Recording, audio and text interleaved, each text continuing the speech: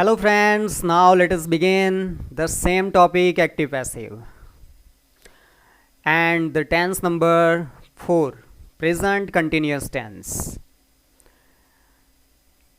In previous videos हमने 3 tenses discuss कर लिए हैं, तीनों ही सिंपल टेंसेस थे और ये कंटिन्यूस टेंस है। तो शुरुआत करते हैं पैसिव स्ट्रक्चर से, कंटिन्यूस टेंस का, प्रेजेंट कंटिन्यूस टेंस का। तुमको जैसा कि दिख रहा है, पैसिव स्ट्रक्चर ऑब्जेक्ट एमिजार, क्योंकि इस टेंस में एमिजार यूज होता है तो एमिजार आएगा। उसके बाद में बिंग आएगा। बिंग स्टूडेंट इसमें क्यों आता है? क्योंकि कंटिन्यूस है। सिंपल प्रेजेंट टेंस के जस्ट एक्टिव स्ट्रक्चर में वर्ब को आईएनजी लगता है, जैसा कि तुमको यहां पर दिख रहा है। एक्टिव स्ट्रक्चर में यहां पर क्या लगता है? आईएनजी लगता है, इसीलिए पैसिव में बिंग आता है प्लस थर्ड वर्ब, और थर्ड वर्ब के बाद में बाकी का स्ट्रक्चर तुमको पता ही है, उसी के अकॉर्डिंग आ जाएगा, है ना। तो लेट अस स्टार्ट। जैसा कि तुमको दिख रहा है, she is making food in the kitchen now, first example. तो ये एफर्मेटिव का है और इसको हम पैसिव में चेंज करेंगे। तो देखो स्ट्रक्चर इसका, subject plus am is are plus verb ING, verb को आईएनजी लगता है। उसके बाद में ऑब्जेक्ट आता है, अदर वर्ड्स आता है और टाइम वर्ड आता है। देखो इसमें नाउ, नाउ जो वर्ड है वो टाइम वर्ड है, और ये जैसा कि मैंने कहा कि टाइम वर्ड बहुत ही ज़्यादा इंपॉर्टेंट होते हैं, तो तुमको याद रखने हैं। तो she is making food in the kitchen now, okay. तो इसका हम आंसर बनाएंगे। सबसे पहले फाइंड आउट करेंगे क्या? Object. So which is the object in the sentence? Direct ही तुमको क्वेश्चन पूछना है, मेकिंग बनाना है क्या, है ना। तो क्या ऑब्जेक्ट आएगा इसमें? Food. Food is the object, तो उसको हम सब्जेक्ट बनाएंगे। फूड सिंगुलर है कि प्लूरल है? तो फूड जो है वो सिंगुलर है, ठीक है। तो हमने फूड लिख दिया और सिंगुलर है, इसीलिए एमिजार में से क्या आएगा? इज, तो इज लिख दिया। अब एमिजार के बाद में देखो यहाँ पर क्या है, according to the structure being, तो हमने यहाँ पर देखो बिंग लिख दिया, सिर्फ ये कंटिन्यूस में ही आता है, ठीक है। तो बिंग लिख दिया। उसके बाद में third verb, so what is the third verb of making? ING निकाल देना है इसका, और मेक इसका फर्स्ट वर्ब होगा मेक। तो मेक का थर्ड वर्ब क्या होता है? मेड। तो मेड लिख दिया हमने। बहुत सारे स्टूडेंट्स मेक का मेक्ड बना देते हैं, ओके। तो मेक्ड नहीं बनेगा, मेड होगा। तो मेड लिख दिया। उसके बाद में अदर वर्ड्स आते हैं, एज यू नो। तो अदर वर्ड सेंटेंस में है कि नहीं है? Yes, it is other word. तो in the kitchen, in the kitchen I have written here. Then by, उसके बाद में स्ट्रक्चर याद रखना है। मैं यहाँ पर अब धीरे धीरे कम करता जाऊंगा किसी टॉपिक को, so that you can understand, you can remember those things. तो यहाँ पर मैंने बाय लिख दिया, और बाय के बाद में क्या आता है? सब्जेक्ट ऑब्जेक्ट बनता है, तो शी का ऑब्जेक्ट हर होता है, और टाइम लिख दिया हमने। तो इसका ट्रांसलेशन होगा, वह अभी किचन में खाना बना रही है। और यहाँ पर क्या होगा? पॉज करके तुम बोल सकते हो, अभी किचन में उसके द्वारा खाना बनाया जा रहा है, ठीक है। Okay, that's fine. Now let's move to the next example. देखो नेक्स्ट एग्जाम्पल थोड़ा सा बड़ा है। तो Rohan is digging holes in his garden at this time. अब देखो सेंटेंस इसमें इस सेंटेंस में देखो स्टूडेंट्स के मैंने नेगेटिव सेंटेंस नहीं लिखा है, तो मैं चाहता हूँ कि इसमें मैं नॉट ऐड कर दूँ, ठीक है। तो यहाँ पर मैंने नॉट ऐड कर दिया है। तो Rohan is not digging holes in his garden at this time, ठीक है। तो इसको हम जब पैसिव बनाएंगे तो सबसे पहले क्या फाइंड आउट करना है? ऑब्जेक्ट। तो कौन सा ऑब्जेक्ट है? Yes, hole. Hole is the object, तो होल्स लिख दिया। अब होल्स जो वर्ड है प्लूरल है, बहुत सारे गड्ढे, होल्स मीन्स गड्ढे, तो प्लूरल है, तो इसलिए उसके साथ में क्या आएगा? आर। देखो रोहन सिंगुलर है इसलिए इज आया, यहाँ पर होल्स प्लूरल है इसलिए आर लिख दिया, आर। अब यहाँ पर क्योंकि ये नेगेटिव सेंटेंस है, इसीलिए हम यहाँ पर लिखेंगे नॉट, ठीक है। तो नेगेटिव में नॉट लिख दिया हमने। नॉट के बाद में क्या आएगा? बिंग। देखो नॉट जो है हमेशा फर्स्ट हेल्पिंग वर्ब के बाद आता है, तो बिंग लिख दिया। उसके बाद में then third verb, what is the third verb of digging? Digging means ING लगा है, और फर्स्ट वर्ब होता है डिग, DIG। तो यहाँ पर इसका थर्ड वर्ब होता है डग, DUG, ओके। तो डग लिख दिया। अब अदर वर्ड्स है, yes, in his garden, in his garden लिख दिया। Then by Rohan, by Rohan, क्योंकि ऑब्जेक्ट है रोहन, और मैंने लास्ट में टाइम वर्ड नहीं लिखा है, तो इसमें टाइम वर्ड आ जाएगा eight this time. Okay student, तो ये तुम्हारा आंसर बन गया। रोहन इस समय गार्डन में गड्ढे नहीं खोद रहा है। और इसका ट्रांसलेशन, इस समय रोहन के द्वारा गार्डन में गड्ढे खोदे नहीं जा रहे हैं। ठीक है। Now next, are you teasing this poor woman.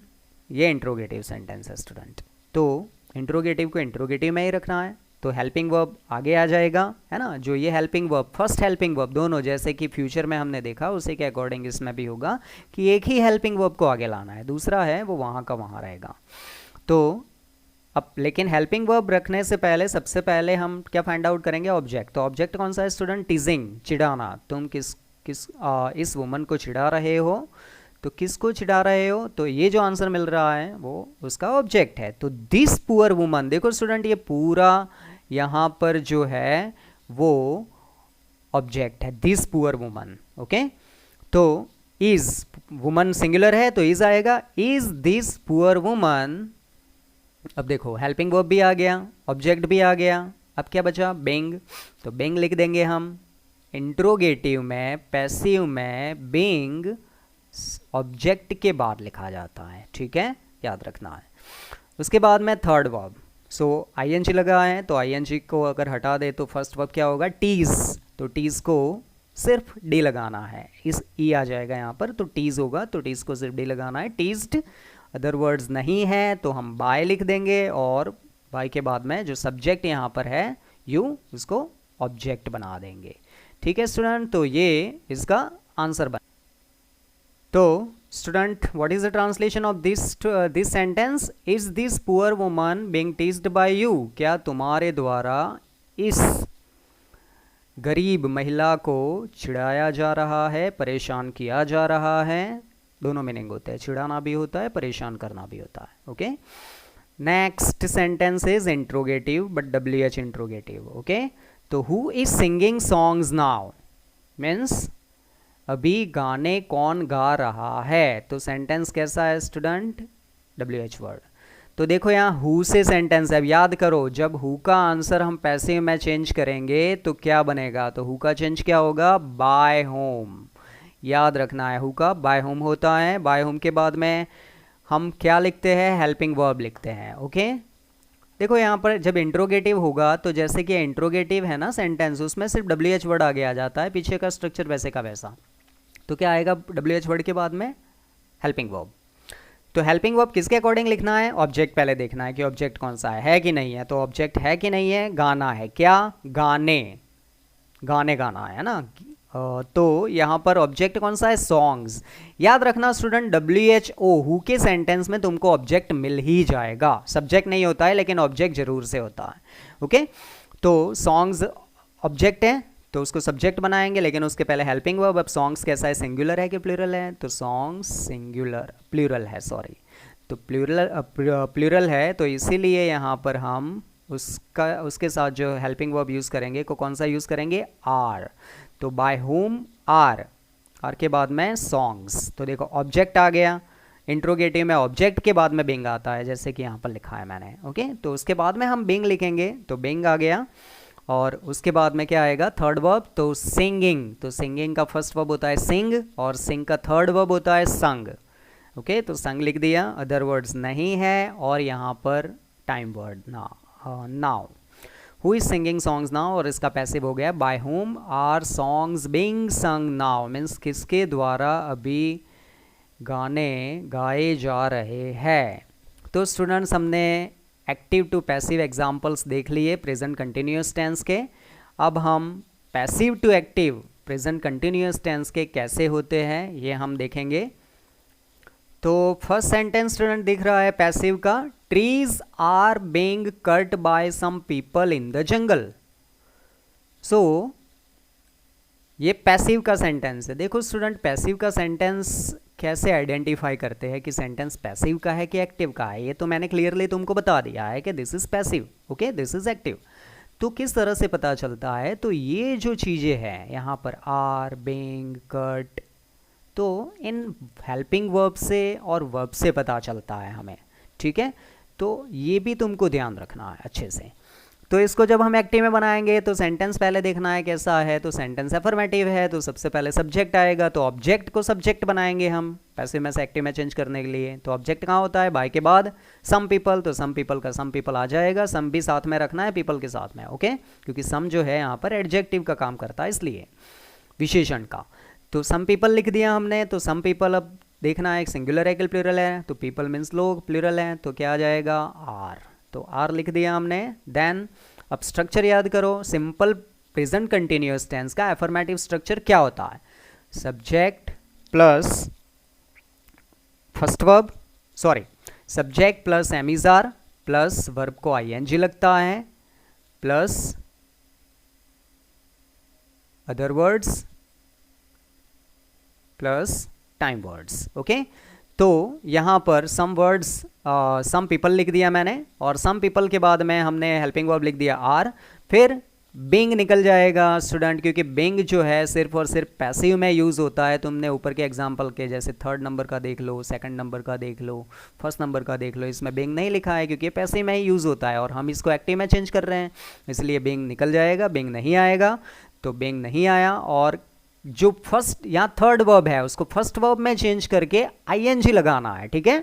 तो कट का थर्ड वर्ब क्या होता है, कट ही रहता है, उसका फर्स्ट वर्ब कट ही रहता है, और उसको आईएनजी जब लगाएंगे तब डबल टी हो जाएगा। ये स्टूडेंट एक रूल है कि जब, मैं सिंपल तरीके से बता रहा हूँ कि जब कोई वर्ब हो और उसको आईएनजी लगाना हो और लास्ट में कॉन्सोनेंट हो, कॉन्सोनेंट मीन्स व्यंजन, व्यंजन हो एक और उसके आगे एक स्वर हो, वर्ब की बात कर रहा है, एक स्वर हो, तो वो जो व्यंजन है ना वो डबल हो जाता है, ठीक है। जैसा कि यहाँ पर देखो हमने डिगिंग में भी देखा है, यहाँ पर इस सेंटेंस में ये डिगिंग जो है उसमें भी हमने देखा कि DIG फर्स्ट वर्ब है, तो उसको जब ING लगेगा, क्योंकि जी है वो एक कॉन्सोनेंट है मतलब व्यंजन है, उसके आगे सिर्फ एक ही स्वर है आई, तो ING लग गया, ठीक है।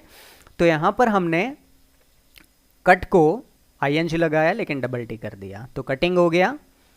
उसके बाद में देखो वर्ब के बाद में सीधा ही जाना है सेंटेंस के सब्जेक्ट में, पैसिव सेंटेंस के, तो ट्रीज, तो ट्रीज पीछे लिख देना है। Then other words, in the jungle आ गया, टाइम वर्ड नहीं है तो ये तुम्हारा आंसर बन गया। तो जंगल में कुछ लोगों के द्वारा पेड़ काटे जा रहे हैं, ये इसका ट्रांसलेशन होगा, और इसका होगा कुछ लोग जंगल में पेड़ काट रहे हैं, पढ़ रहे हैं, खिल रहे हैं, इस टाइप के इसके सेंटेंसेस बनते हैं कंटिन्यूअस के। सेकंड एग्जांपल है student, food is not being served to the children, तो ये सेंटेंस नेगेटिव है, इसको हम बनाएंगे आंसर। तो सबसे पहले क्या आएगा, ऑब्जेक्ट, तो देखो ऑब्जेक्ट तो है नहीं स्टूडेंट, क्योंकि बाय प्लस ऑब्जेक्ट नहीं है सेंटेंस में, तो क्या करना है, यस गेस करना है, यू आर राइट। नाउ क्या गेस करोगे, कुछ भी गेस कर सकते हो, उनके द्वारा, है ना, बाय देम, है ना, लड़कों के द्वारा, बाय बॉयज, ऐसे भी लिख सकते हो। तो यहाँ पर मैंने बाय देम किया, तो बाय देम का मैंने यहाँ पर क्या बना दिया, दे बना दिया। यहाँ गेस कर लेना है, ओके, जैसे कि गेस कर लिया बाय देम, ठीक है। तो इस तरह से गेस करके तुम सेंटेंस को आसान बना सकते हो लिखकर। तो बाय देम हमने यहाँ पर ऐसे ही लिख दिया, गेस कर लिया, ये समझ लो। तो इस तरह से जब तुम करोगे तो तुम्हारा आंसर इजी हो जाएगा। तो बाय देम का दे हो गया, अब दे के साथ में या फूड के साथ में इज है, तो स्ट्रक्चर तुमको अकॉर्डिंग टू स्ट्रक्चर सेंटेंस लिखना है। तो एक्टिव का स्ट्रक्चर, नेगेटिव का क्या होता है, subject plus am is are plus not plus verb को ING लगता है, ठीक है। तो यहाँ पर दे लिख दिया मैंने, दे के साथ में हेल्पिंग वर्ब आर आता है, सेंटेंस नेगेटिव है, यहाँ पर देखना है, इसको देखकर ही चेंज करना, नेगेटिव है तो नॉट लिख दिया। अब बिंग है तो बिंग निकल जाएगा, फिर हर एक वर्ड को वन बाय वन जाना है, ओके। देन सर्व्ड, तो सर्व्ड थर्ड वर्ब है, उसको ING लगाएंगे हम, फर्स्ट वर्ब पहले तो करेंगे। तो सर्व्ड का फर्स्ट वर्ब क्या होता है, तो ये जो डी है, डी निकल जाएगा, ठीक है। तो डी निकल के वर्ब को ING लगता है, लेकिन ये याद रखना है स्टूडेंट कि जब किसी वर्ब के पीछे ई आता हो लास्ट में, और जब हम ING लगाएंगे तो ई रिमूव हो जाएगा, निकल जाएगा, और उसके बाद ING लगेगा। ई के पीछे ING नहीं लगा सकते, वो ग्रामेटिकली रॉन्ग है, ठीक है। तो देखो यहाँ पर मैंने ई निकाल के ING लगाया है, सर्विंग, तो दे आर नॉट सर्विंग, अब देखो वर्ब लिख दिया, अब सबसे पहले कहाँ जाना है, आगे फूड, सब्जेक्ट के ऊपर पैसिव के सेंटेंस में, तो फूड लिख दिया। ओके, सर्विंग फूड, यहाँ पर मैंने द आर्टिकल लिख दिया है, तो फूड। अब other words to the children, तो यहाँ टू द चिल्ड्रन आ गया, टाइम वर्ड नहीं है, नहीं लिखा, तो this is your answer. Means गरीब बच्चों को फूड सर्व नहीं किया जा रहा है, और यहाँ पर वे बच्चों को फूड सर्व नहीं कर रहे हैं, तो ये इसका आंसर हो गया। अब ये इंट्रोगेटिव सेंटेंस है स्टूडेंट, तो इंट्रोगेटिव सेंटेंसेस सेंटेंस का एक्टिव इंट्रोगेटिव ही बनेगा, तो is he being taken to the jail, क्या उसको जेल ले जाया जा रहा है।